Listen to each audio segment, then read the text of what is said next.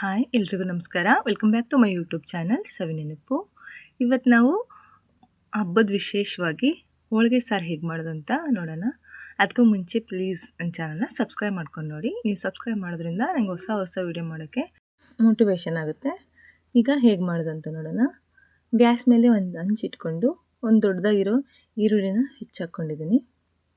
ಎಣ್ಣೆ ಬಿಟ್ಕೊಂಡು ಚೆನ್ನಾಗಿ ಹುರ್ಕೋಬೇಕು. ಅದಕ್ಕೆ 2 ಗಡ್ಡೆ ಆಗೋವಷ್ಟು ಬೆಳ್ಳುಳ್ಳಿನ ಸೇರಿಸ್ಕೋಬೇಕು. 1 ಇಡಿ ಆಗೋವಷ್ಟು ಕರಿಬೇವು ಸೇರಿಸ್ಕೊಂಡು ಎಣ್ಣೆ ಬಿಟ್ಕೊಂಡು ಚೆನ್ನಾಗಿ ಹುರ್ಕೋತಾ ಇದ್ದೀನಿ.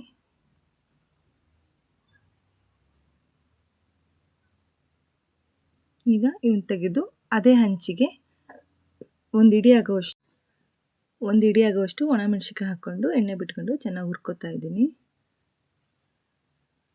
ನನಗೆ ಹೋಳಿಗೆ ಸಾರು ಮಾಡಬೇಕು ಅಂದ ತಕ್ಷಣವೇ ನಮ್ಮ ಅಮ್ಮನ ಸಾಂಬಾರು ನೆನಪು ಬರುತ್ತೆ. ನಮ್ಮಮ್ಮ ಅದೇನು ಹಾಕಿ ಮಾಡ್ತಿದ್ರೋ ಗೊತ್ತಿಲ್ಲ. ಇದೇ ಐಟಮ್ಸೇ ಹಾಕಿ ಮಾಡಿದ್ರು ನಮ್ಮ ಅಮ್ಮನ ರುಚಿ ಅಂತೂ ಇವತ್ತಿಗೂ ಬಂದಿಲ್ಲ. ಅಷ್ಟು ಚೆನ್ನಾಗಿ ಮಾಡ್ತಿತ್ತು. ನಮ್ಮ ಅಮ್ಮನ ಕೈಯಲ್ಲಿ ಮ್ಯಾಜಿಕ್ಕೇ ಇದೆ ಅನಿಸುತ್ತೆ. ನೀವು ಈ ಥರ ಟ್ರೈ ಮಾಡಿರಿ, ನಿಮಗೂ ಇಷ್ಟ ಆಗುತ್ತೆ.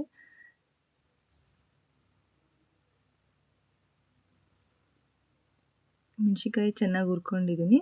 ಈಗ ಎತ್ತಿಟ್ಕೊಂಡು ಮಸಾಲೆ ಮಾಡ್ಕೊಳ್ಳೋಣ.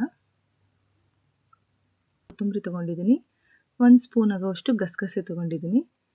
ಹುರಿದಿಟ್ಕೊಂಡಿರೋ ಬೆಳ್ಳುಳ್ಳಿ, ಈರುಳ್ಳಿ, ಕರಿಬೇವನ್ನು ಅದರಲ್ಲೇ ಹಾಕ್ಕೊಂಡಿದ್ದೀನಿ. ಮತ್ತು 1 ಹೋಳಷ್ಟು ಕಾಯಿನ ಸಣ್ಣದಾಗಿ ಹೆಚ್ಚಿಟ್ಕೊಂಡಿದ್ದೀನಿ.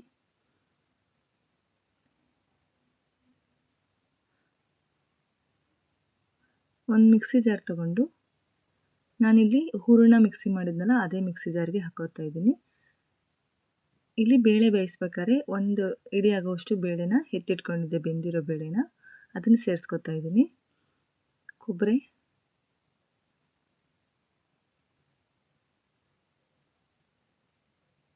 ಕೊತ್ತಂಬರಿ, ಗಸಗಸೆ, ಹುರಿದಿರೋ ಎಲ್ಲ ಸಾಮಾನು ಸೇರಿಸ್ಕೊತಾ ಇದ್ದೀನಿ.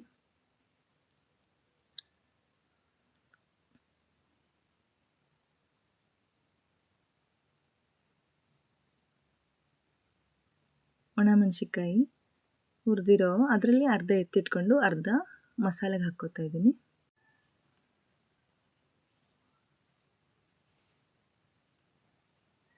ಒಂದು ದೊಡ್ಡ ಸ್ಪೂನ್ ಆಗೋವಷ್ಟು ಜೀರಿಗೆ ಸೇರಿಸ್ಕೊತಾ ಇದ್ದೀನಿ.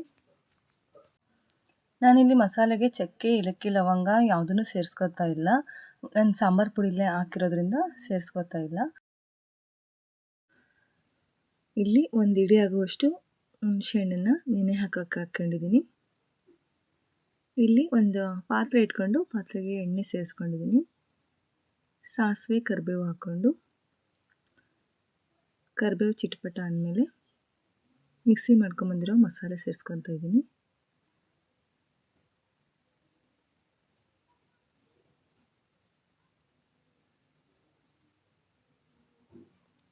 ಸ್ವಲ್ಪ ಅರಶಿನ ಪುಡಿ, ಸಾಂಬಾರು ಪುಡಿ ಸೇರಿಸ್ಕೊಂಡಿದ್ದೀನಿ. ಈ ಸಾಂಬಾರು ಪುಡಿಲಿ ಚಕ್ಕೆ, ಏಲಕ್ಕಿ, ಲವಂಗ, ಧನಿಯಾ ಇರೋದ್ರಿಂದ ನಾನು ಎಕ್ಸ್ಟ್ರಾ ಮತ್ತೆ ಹಾಕ್ತಾ ಇಲ್ಲ. ಹೋಳಿಗೆ ಸಾಂಬಾರು ಮೈಲ್ಡಾಗಿರಬೇಕು. ಹೆಚ್ಚಾಗಿ ಮಸಾಲೆ ಅನಿಸಿದರೆ ಅಷ್ಟು ರುಚಿಯಾಗಿರಲ್ಲ ಅಂತ ನನ್ನ ಅನಿಸಿಕೆ. ಇಲ್ಲಿ ಬೇಳೆ ಬೇಯಿಸ್ಕೊಂಡಿರೋ ಕಟ್ಟನ್ನು ಸೇರಿಸ್ಕೊತಾ ಇದ್ದೀನಿ. ಮಿಕ್ಸಿ ಜಾರ್ ತೊಳೆದು ಹಾಕ್ಕೋತಾ ಇದ್ದೀನಿ.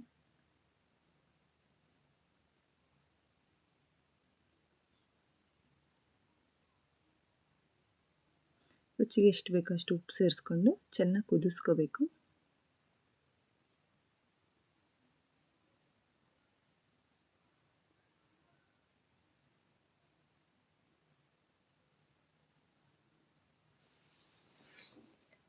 ಒಂದು 10 ನಿಮಿಷ ಚೆನ್ನಾಗಿ ಕುದಿಬೇಕು. ಇದು ಚೆನ್ನಾಗಿ ಕುದಿಬೇಕಾದ್ರೆ ಹುಣಸೆ ಹಣ್ಣಿನ ಹುಳಿ ಹಿಂಡ್ಕೋತಾ ಇದ್ದೀನಿ.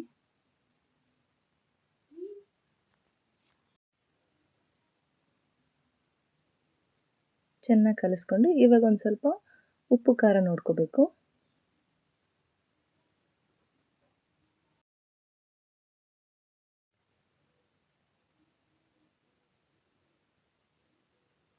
ಈ ಹೋಳಿಗೆ ಸಾರಿಗೆ ಹೆಚ್ಚಾಗಿ ರುಚಿ ಕೊಡೋದು ಅಂದರೆ ಇವಾಗ ಹಾಕ್ತೀವಲ್ಲ ಈ ಹೂರಣ. ನಾನಿಲ್ಲಿ ಒಂದು ದೊಡ್ಡ ನಿಂಬೆಹಣ್ಣಿನ ಗಾತ್ರದಷ್ಟು ಹೂರಣ ಸೇರಿಸ್ಕೊತಾ ಇದ್ದೀನಿ. ಇವಾಗಲೇ ಈ ಸಾಂಬಾರು ಉಪ್ಪು, ಖಾರ, ಹುಳಿ, ಸಿಹಿ ಅಂತ ತುಂಬ ರುಚಿಯಾಗಿರುತ್ತೆ.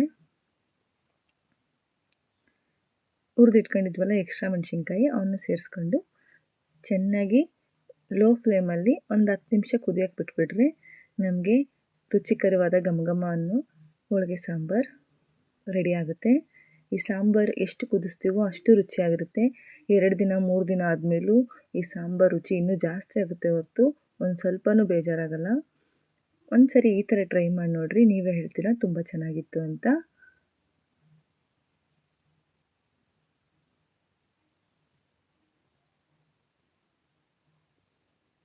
ನೋಡಿದ್ರಲ್ಲ ರುಚಿಕರವಾದ ಹೋಳಿಗೆ ಸಾರು ಹೇಗೆ ಮಾಡಿದೆ ಅಂತ.